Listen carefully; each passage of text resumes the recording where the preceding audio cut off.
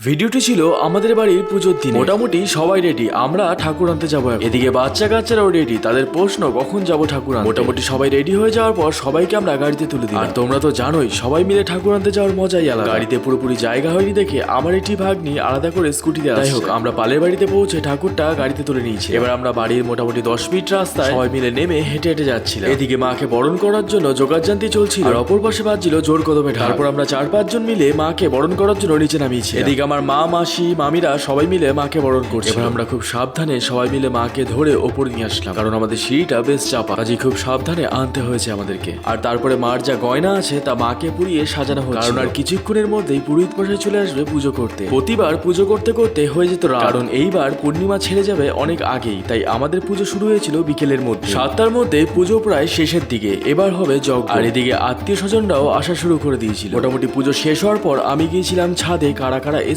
তা দেখতে। দেখলাম আমার বন্ধুরাও চলে এসেছে, ওদের সাথে বেশ কিছুক্ষণ সময় কাটালাম। ওরা বাড়ি ফিরবে তাই রাস্তায় গিয়েছিলাম ওদের আগিয়ে দিতে। তারপর সবাই চলে যাওয়ার পর প্রায় 12টার দিকে আমরা বসেছিলাম খেতে। তাই আজকের ব্লগটি এই পর্যন্তই, দেখা হবে নতুন কোনো ব্লগে।